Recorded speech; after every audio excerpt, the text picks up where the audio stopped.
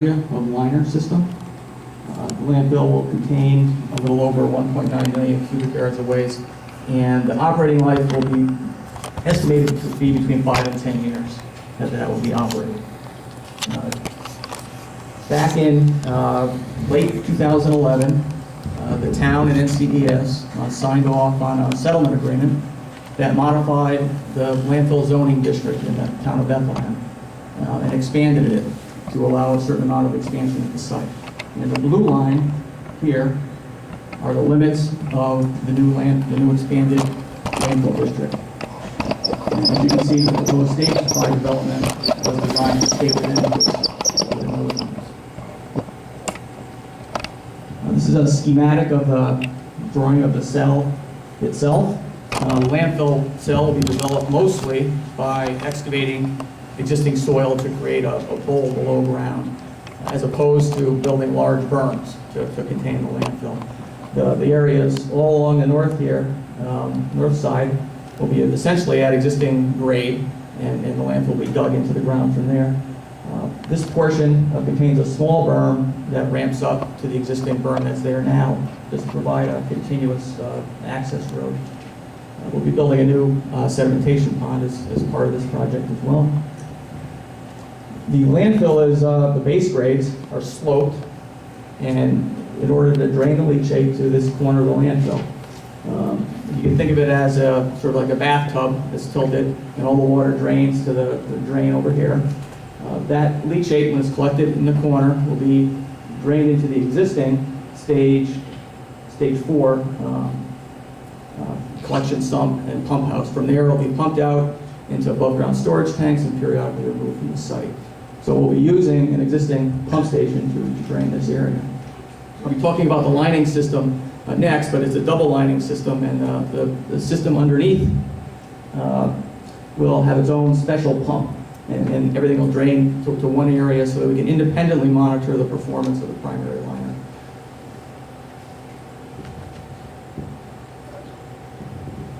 This is a schematic of the lining system cross-section. As I said, it's a double liner. The solid lines are the liners. And this is, again, a double line system. It's similar to the double line system that's across the entire site, and pretty much every landfill that's been built in New Hampshire since the mid-'80s has this kind of double liner design. And I can say now, with almost 30 years experience here and at other facilities across the state in northern New England, the double liner system has an excellent performance record and a great track record over the years. It works. Starting from the ground surface here, we have an 18-inch stone layer, and that layer is intended as a mechanical barrier to protect the lining system underneath it, and allows for percolation of leachate from the waste above it to get down to the liner. The liner itself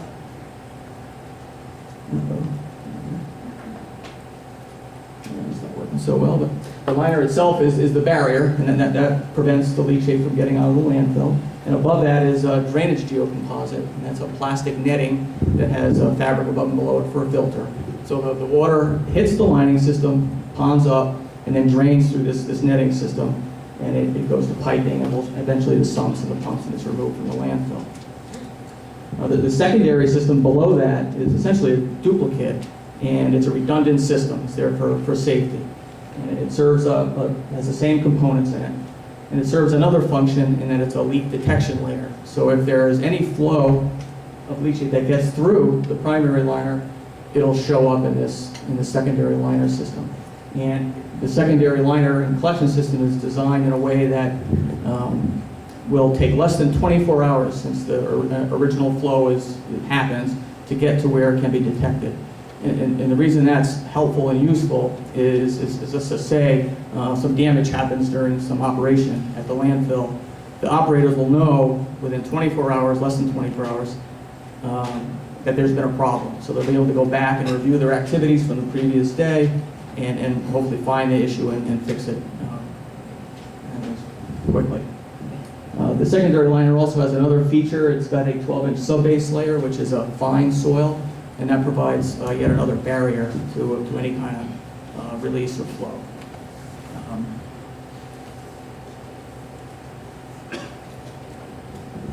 This is a cross-section through the landfill. If you think of the landfill as a layer cake and someone cut a slice right through the middle of it and you look at the side, that's what we're doing here. It's a section that goes right through the proposed stage 5 in the existing landfill. The stage 5 waste is in brown and the existing landfill waste is in green. The right side of the slide shows the new proposed footprint, the new lined area. And so waste will be placed on that footprint and also overlying the slope of the existing landfill. And as Pam had mentioned, we're going 10 feet higher, and that's shown in this narrow slice of brown over the existing landfill to an elevation that's at 1483 is the number. And that, again, was something that was in the settlement agreement between the town and NCES. Not only was the footprint limited to a certain area, but the height increase was limited to that extra 10 feet, and that's what's shown on that slice. So, overall, the landfill is at its highest, roughly 140 feet high. And at certain areas, that's at the maximum around the surrounding ground. Other areas are higher ground, it's less. And the total thickness is on the order of 140 feet as well. So that completes my my presentation, and I'll get back to Joe.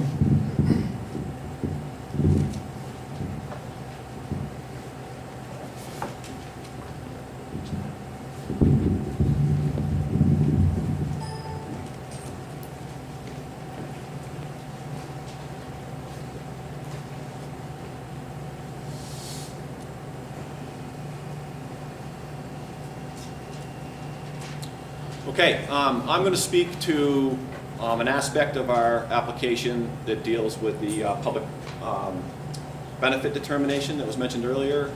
I don't have a lot of graphics, nice graphics to look at. I have more words, and I'll try to move along through this fairly quickly.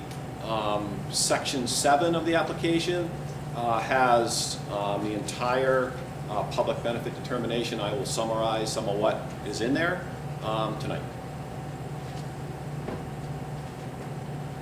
So the public benefit determination is required by New Hampshire RSA 149 M11 and is for most new disposal capacity and is appropriate for this application that we've submitted to the DES.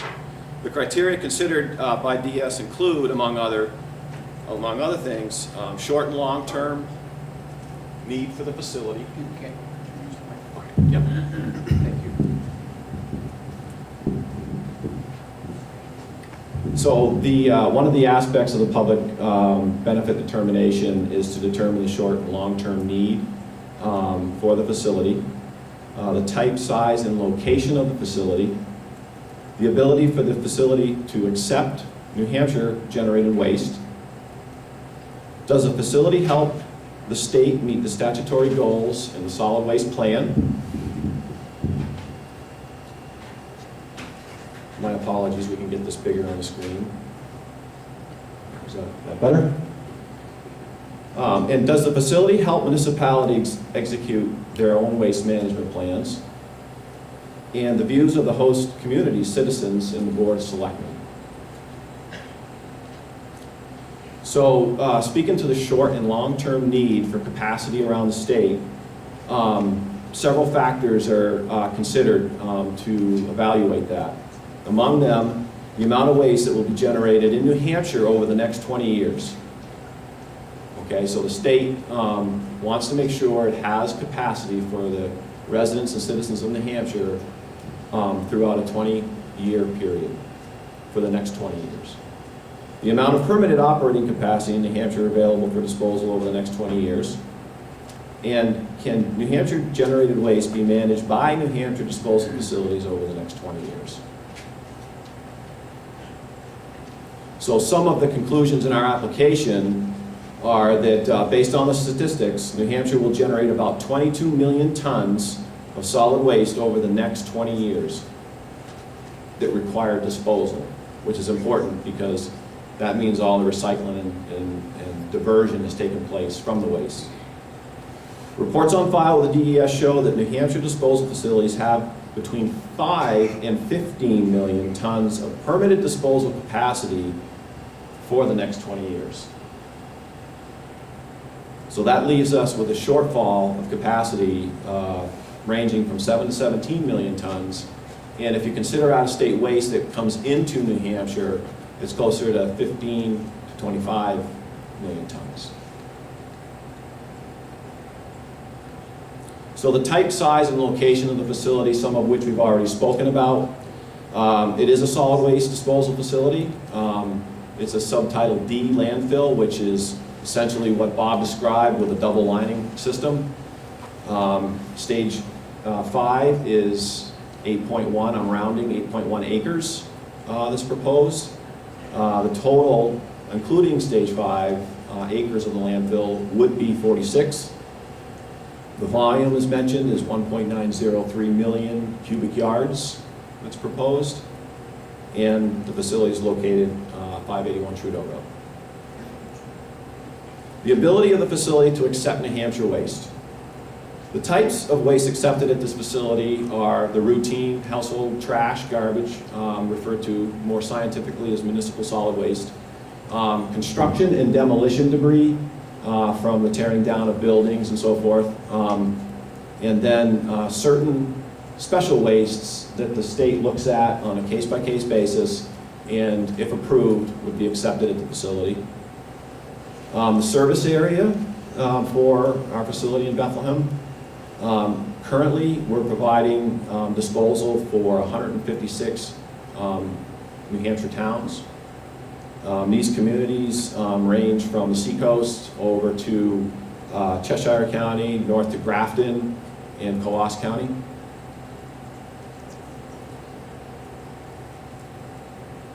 Stage 5 meets the statutory goals in the state solid waste plan. The statutory goals that are required by statute, we believe we meet with this application. Stage 5 would provide 1.9 million yards of capacity, helping with the shortfall in capacity across the state. Stage 5 would provide economical disposal capacity for communities in the North Country. There is some limited capacity in the North Country as far as facilities.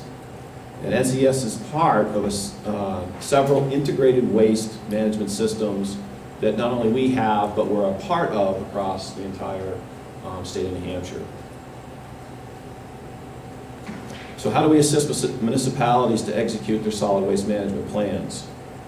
Stage 5 would provide sufficient capacity for uninterrupted service for the New Hampshire towns for an additional 6 to 10 years, if stage 5 was approved.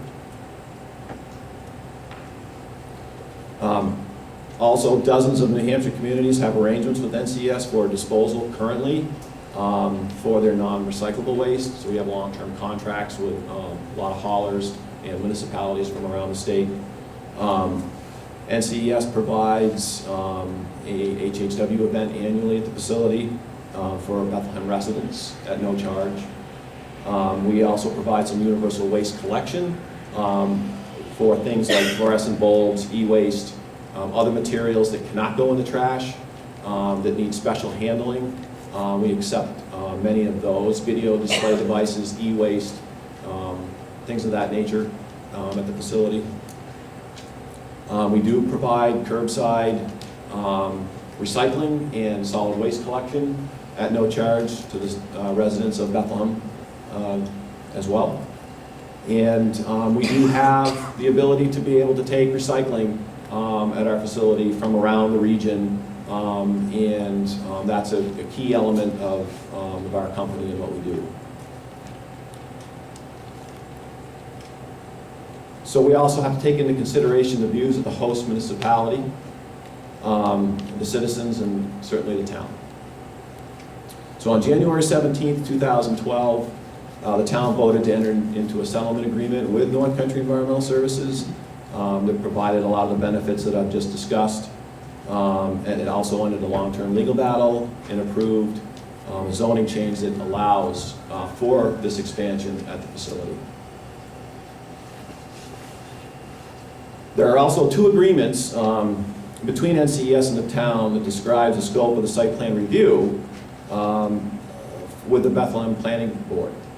And we fully intend to come in front of the planning board to present stage 5 when it's time for us to construct stage 5, if we get a permit from the DES for the design. And so I just want to mention, while I have the opportunity, that this year we will be holding our HHW Collection Day. Please get your household hazardous waste that you've been collecting. Come out to the site on June 7th between 9 o'clock in the morning and 1 o'clock in the afternoon. We will take that at no charge. This is your paints and your pesticides and your chemicals that you know you can't throw in the trash. You need to get it out of the waste stream. We'll accept that. And also that day, like we have had 2 times a year for several years now, an open house where we welcome people from Bethlehem or from the region to come in, take a tour of the landfill. You can see how it's operated, ask questions. We'll have a lot of technical folks there that provide a lot of the construction, permitting, and engineering oversight to answer questions. And certainly our operational staff that will help with any operational questions that the community has. They've been well attended in the past. We see a lot of new faces, and I encourage you guys to come out and take a look at the site firsthand. That's all I have.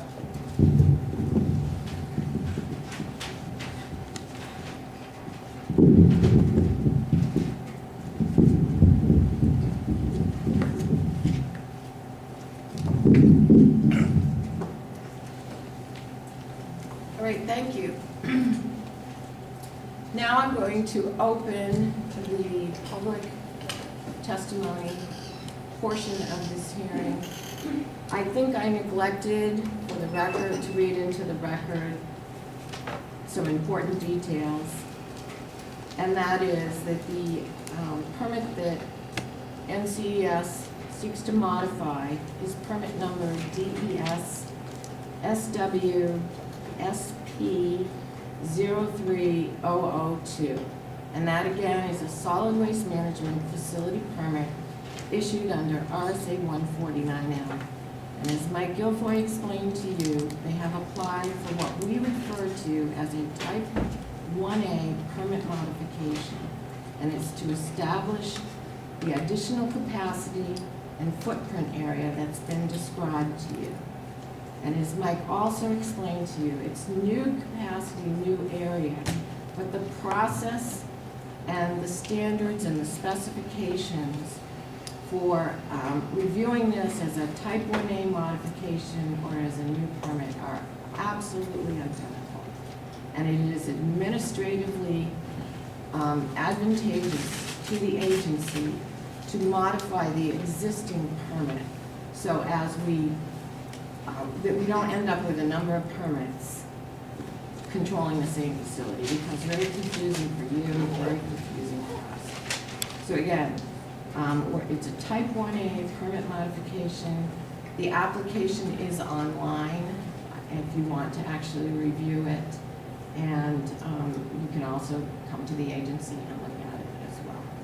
With that, I'm going to start queuing folks up for testimony. We're going to limit you again to 5 minutes, but we will cycle through as many times as we need to make sure everyone is heard.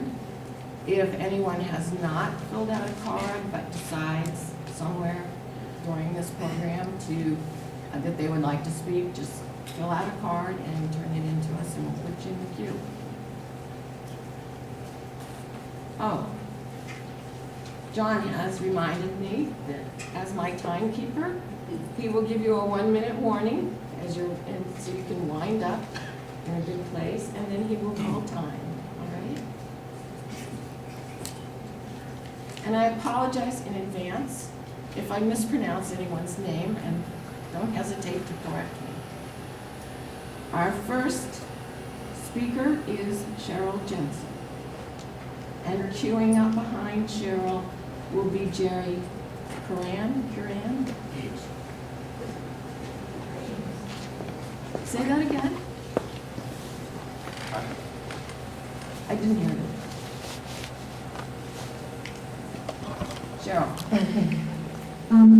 Is this okay? I can hear you. I have a question. What role, if any, does the town's vote to allow expansion have in DES's decision-making process?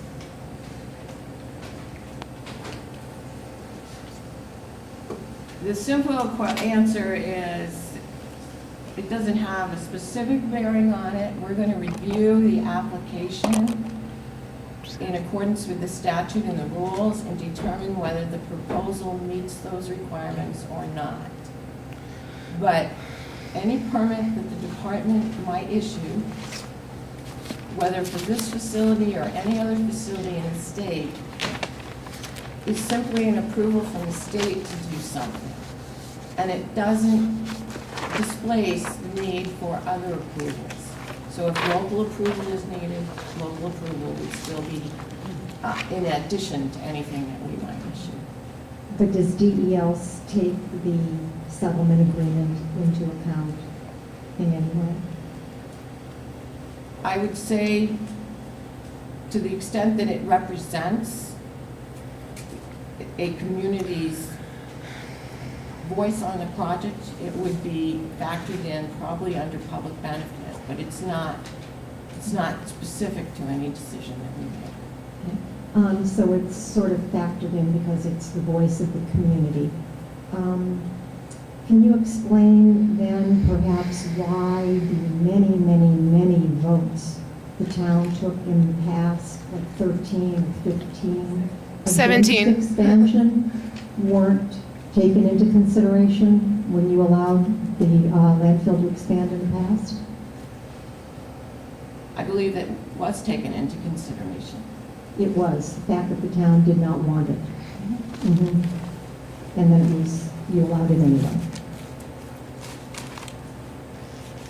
True? We have approved things in Bethlehem, yes. Thank you.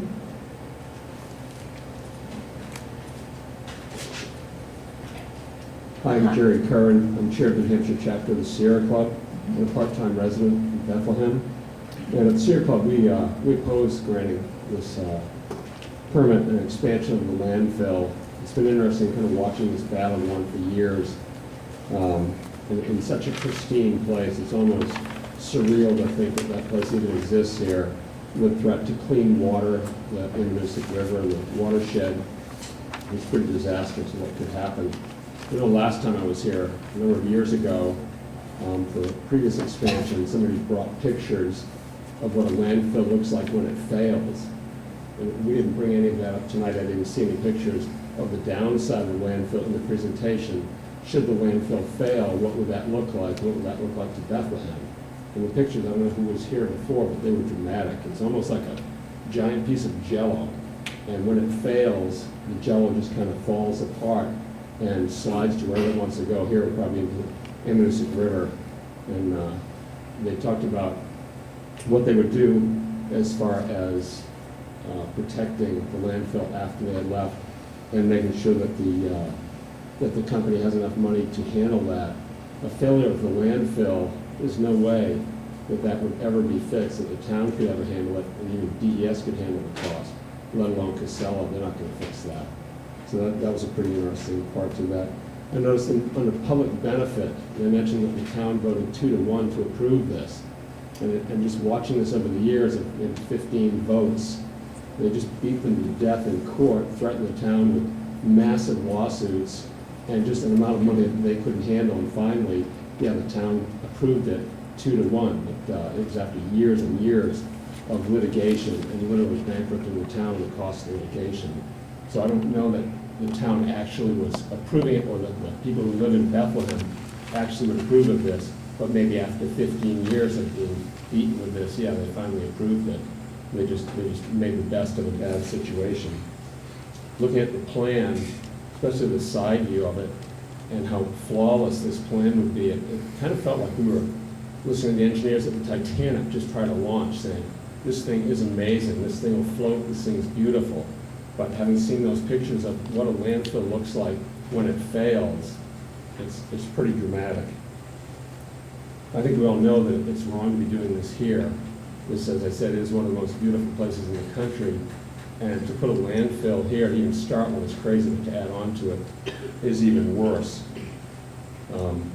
I wish there was something more we can do. I do know that DES is charged with enforcement of the Clean Water Act by the EPA, and I'm hoping in this permit process that you'll take a look at that and maybe look at the leaching out of the landfill that's already taking place into the Amanuset, and take a look and make sure that you are enforcing the Clean Water Act as you're charged to do. But we will be presenting more testimony, or written testimony, before the end of the period. Thank you.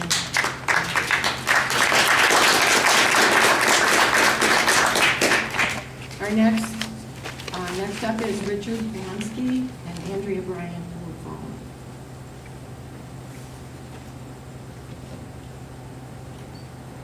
Is Richard here? Hi, I'm reading for Richard. Okay, this is from Richard Polanski, 1293 South Road, Bethlehem. In all the debate about whether the NCES landfill should be permitted to expand, whether the proposed containment system is fail-safe or could leak, whether people living near it are being harmed, the contamination of groundwater and uncontrolled odors, after everything is said, the remaining overlooked issue is insuring the town against a catastrophic incident. I cannot quantify the level of risk of failure, but the fact that the containment system could leak or collapse, or that the leachate collection system could fail, makes it incumbent upon the town, the state, and even NCES to carry an insurance policy that would cover the costs of a major cleanup. If the containment system is as safe as the people of Bethlehem are being told it is, it would seem a simple remedy for NCES to insure the town against a catastrophic failure. After all, what assurance does the town or state have that the landfill will have the resources to clean up a spill or fix a failure in the containment system? If such a policy is too expensive or cannot be secured under any circumstances, it would then be imprudent for the state or the town to permit this expansion. Thank you.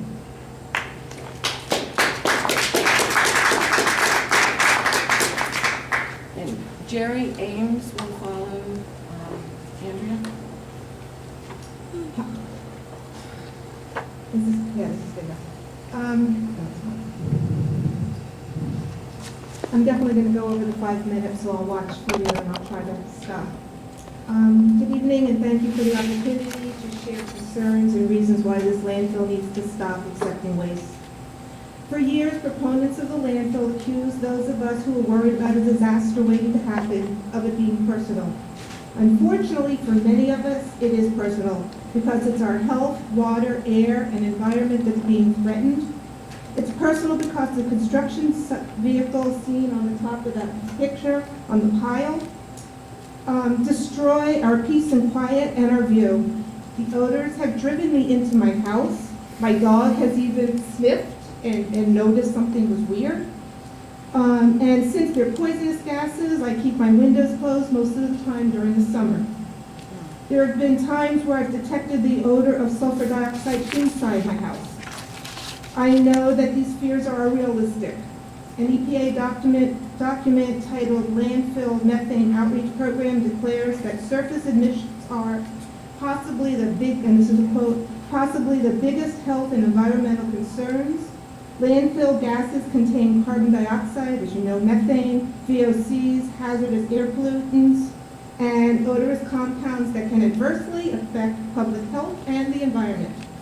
Carbon dioxide and methane are greenhouse gases that contribute to global climate change. You need to understand that these days.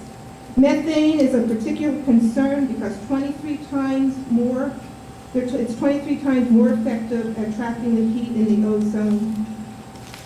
in the atmosphere than carbon dioxide. Emissions from the VOCs contribute to ground level ozone formation.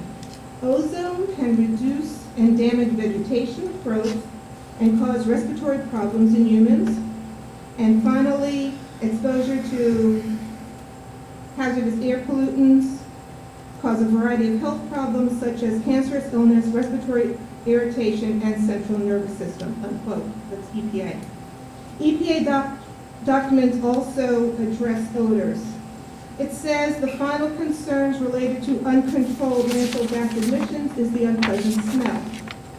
Compounds found in the landfill gases are associated with strong pungent odors, and there's been plenty of complaints. These smells can be transmitted off-site into homes and businesses. Unpleasant odors can lower the quality of life for people who live near the landfill and lower property tax values. Numerous complaints have been filed with DES regarding these problems. It's important to note that my property value, not my buildings, my property, was reduced considerably by the recent property assessment. I live about 1.5 miles from the landfill.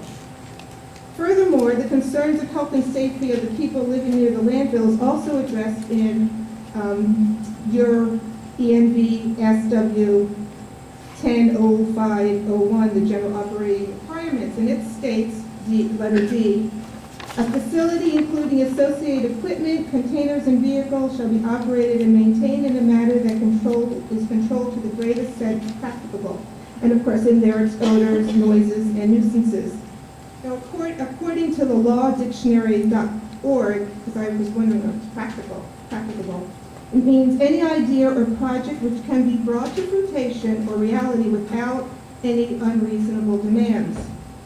Well, having to listen to and be woken by the excessive noise and having the smells of the odor at my home, which is in the middle of 32 wooded acres, is an unreasonable demand for my health and my state of mind. This holds true for many people who live in the vicinity of the landfill. Next, I want to address the state's recycling goal. The state law establishes, state goal establishes a goal to divert 40% of the 1 million tons of solid waste generated in New Hampshire from the landfills. NCS does not support this law because they do not require recycling, and they don't really care what's dumped. Over the years, they've allowed a truckload of American flags and asbestos from the Mountain View brand to be dumped and allegedly not known. In the document DES Environmental Dashboard of 1112, the question was posed as to why the rate of recycling has flatlined to 35% since 1990. Coincidentally, that's when Casella became one of the largest landfills in New Hampshire.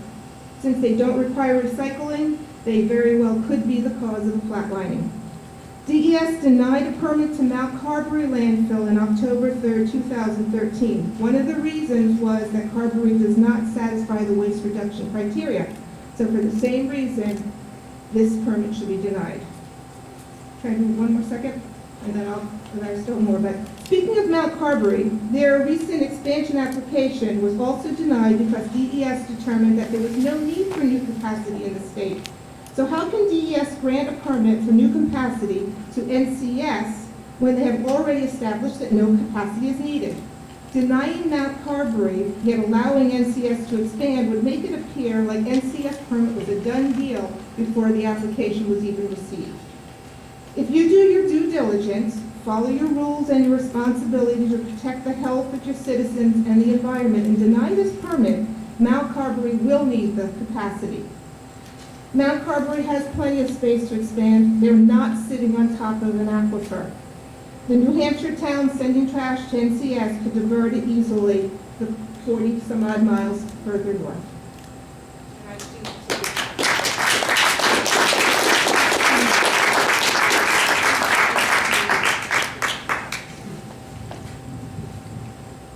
I'm Jerry Eames. I'm a lifelong resident of Littleton, New Hampshire, the next town south of here. The Ammonoosuc River runs parallel to our main street.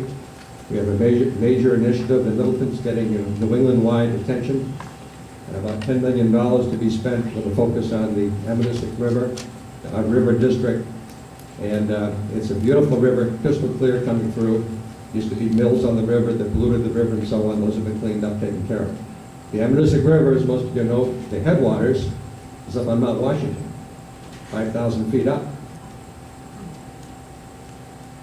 Comes down through Bethlehem into Littleton. I think it's about 44 miles long. It's a tributary of the Connecticut River. The Wild Ammonoosuc goes into the Eminence River and the Gale River, goes into the Eminence River. Then it goes all the way down to Long Island Sound. Dozens of tributaries feed that river. 70% of the fresh water at Long Island Sound comes from the Connecticut River.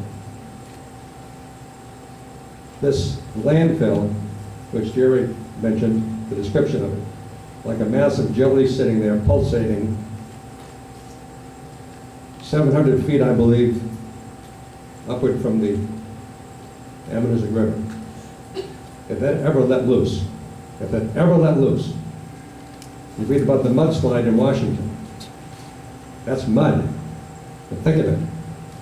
If these millions of cubic yards or tons of this mostly unexpected trash, this trash wouldn't be traveling from out of state to Bethlehem if it was benign garbage. You know instinctively what's in there. You don't know what's in there, actually. You do not know what's in there. I'm not surprised that NCS is trying to get this expansion, but I'd be incredulous. Jerry mentioned the Clean Water Act. I read that Clean Water Act.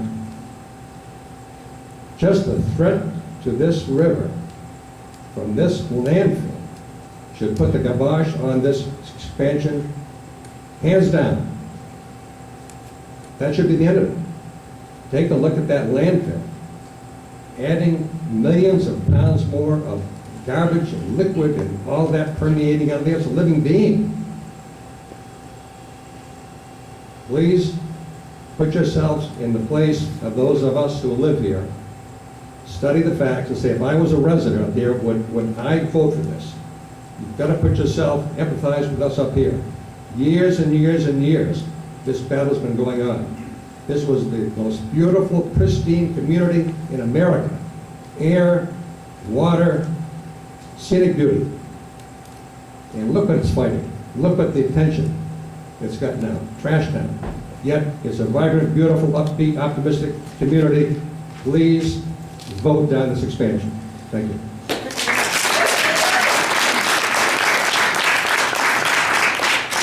Thank you.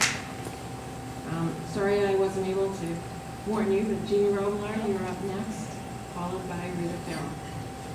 Well, I'm also speaking for Rita, so. All right, and we'll have 10 minutes.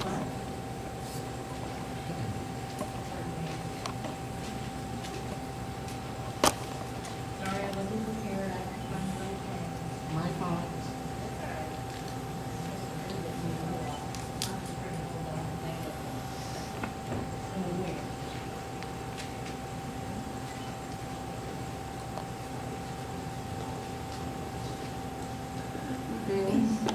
You're after. Thanks. So good evening, I'm Jeannie Robillard. In the days leading up to this hearing, I found myself wondering, why do I bother? How many times have all of us stood here at public hearings, voiced our concerns, legitimate concerns, and asked thoughtful questions, only to be ignored by the DES? Our questions go unanswered, and some 30 to 60 days from now, a permit is issued. End of story. Well, it may be the end of the story for DES, but not for us. All of us standing here before you have to live with the consequences of your decisions for years and years and years. Forever, in fact. You can leave here tonight and go home. Lucky you. This is our home. So take a moment now and look us all in the eye. All of us in the eye. Remember our faces when you sign on the dotted line. The last time I stood before you, I implored the DES to right a great wrong that was done to Bethlehem by the DES in March of 2003, when it erroneously granted a permit to NCS in the absence of local approvals. The court affirmed just a scant month later, in April of 2003, that state approval does not preempt local approval. Right the wrong, I asked. Do the right thing. Exercise your authority under RSA 149M to revoke a permit because the applicant provided information that was false, misleading, and incomplete. NCS's application was incomplete. It should never have been granted. But you didn't have the courage to revoke the permit or deny the expansion. You didn't have the guts to exercise the authority that you have. So why have it? What are you so afraid of? Casella's threats of lawsuits? Hey, welcome to Bethlehem. Time after time, we have pointed to operating violations at NCS. Everyone in the world can go onto YouTube right now and watch a video of flames billowing out of the stack of the enclosed incinerator at NCS while it was operational. And flames billowing out over the top of the stack means it isn't operating properly. It isn't destroying the toxic leachate like it theoretically is supposed to, according to a model, not actual tests. Yet the DES refused to acknowledge the many videos we sent and shut it down. You didn't have the courage to do your job. You didn't have a problem turning down Mount Carberry. You didn't have a problem turning down Mount Carberry Landfill's recent request for expansion. You denied their permit based on public benefit, saying the state didn't need the capacity. This was only this past fall. So if the state didn't need capacity 6 months ago, what's changed? How can you possibly grant NCES's permit for expansion? If there was no need for the capacity then there's no need for it now. End of story. Before I came here tonight, I recalled the appeal from the last permit expansion filed by Mr. Seth Goldstein. That was heard before the Waste Management Council. I know many of you remember those hearings too because I saw you there. We all watched a fantastic demonstration presented by NCES's legal team. They brought out this nifty model, similar to what one would find in a classroom. Remember? You were there, Mike. Kevin Roy was there. Brian Gould was there. Mike Guilfoyle, I think you might have been there too. It was designed to replicate the landfill and its proximity to the Ammonoosuc River and area residences. We all watched as they poured some blue dye into the model, which was supposed to be leachate, demonstrating what happens to a leachate leak or spill at the landfill. They poured in more clear water to represent rain and runoff, etc. And then we watched as the blue dye mixed with the clear rainwater and worked its way through the model. NCS argued that leachate and toxic chemical spills couldn't possibly end up in the wells of people living across the river on Muchmore Road. They argued that because of the laws of physics and the placement of the landfill in relation to the river, any spills would migrate to the river and flow downstream. And then they proved it with their model, as we all watched. We watched the blue dye float through the model, hit where the river is, and flow downstream. NCES won their case before the Waste Management Council. Why? Because they proved that any leachate leaking from the landfill goes into the Ammonoosuc River, a protected, designated river. Will you have the courage to acknowledge NCES's admission? Or like the incinerator, will you turn a blind eye? In one of the many court hearings between NCES and Bethlehem, NCES attorney Brian Gould stated that DES is required by statute 149M to take into account the position, the concern of the local community before it makes permitting decisions. Take another good, long look at the people standing here before you. Jamie? Yes. Oh, sorry. I got one more sentence. Okay. One more. Perfect. The question remains, will you have the guts to do your job? Or will you take the easy road and fail us and all North Country citizens once again? Thank you.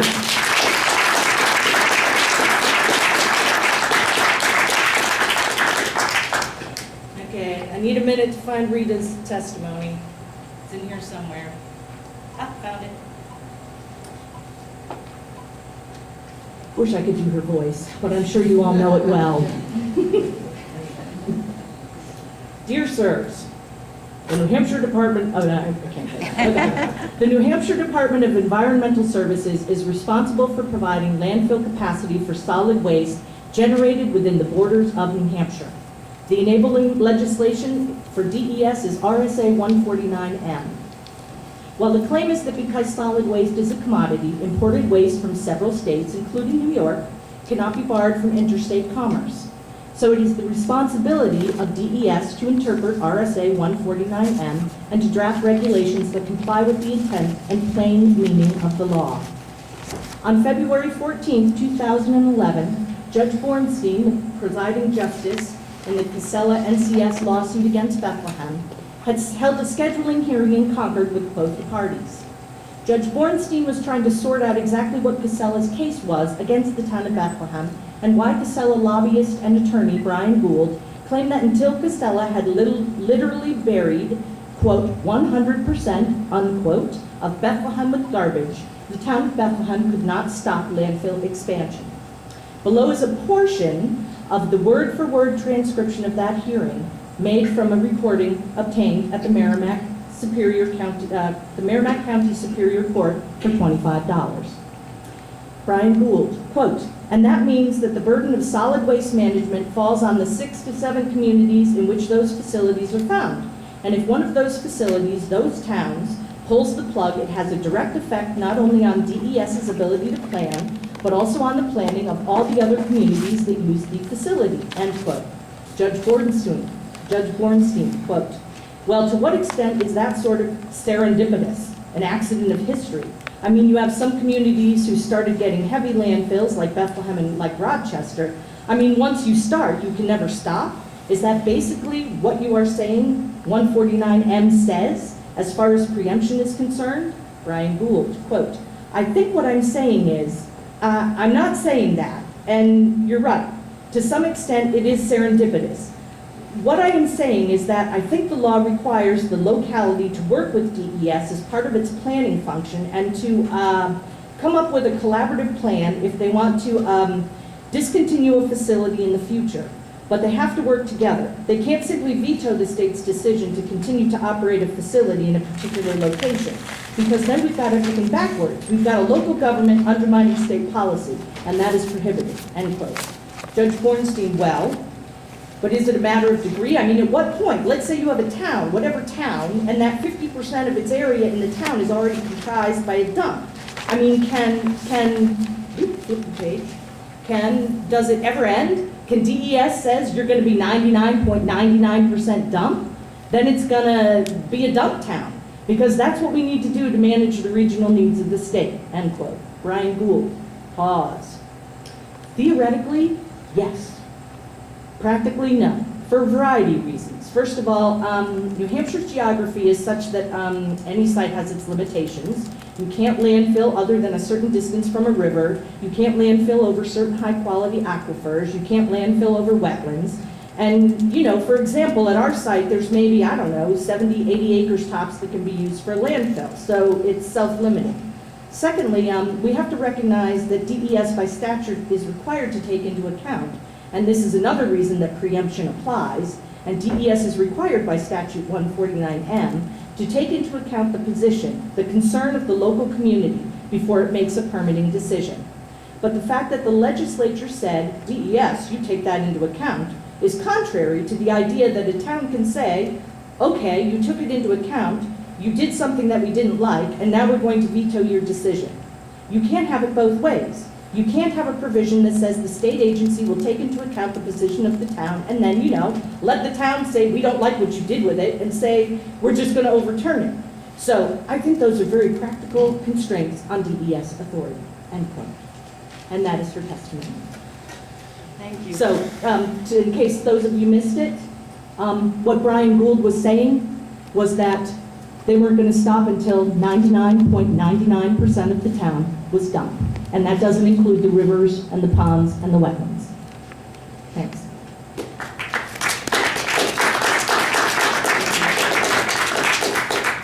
Fallon O'Brien, and queued up behind Fallon with Asher Solomon.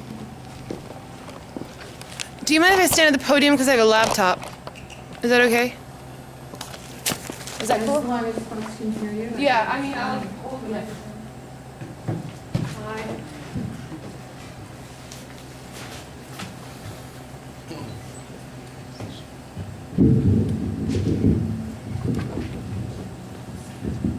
Thanks.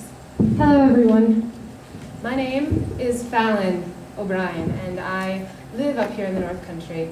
I'm an artist and a farmer and a musician and a lover of the land. And I've written a couple of things that I'll read to you today.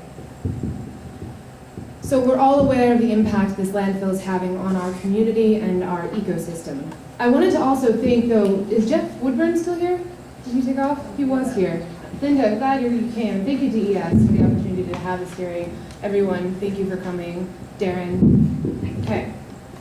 We're all aware of the impact this landfill is having on our community and our ecosystem.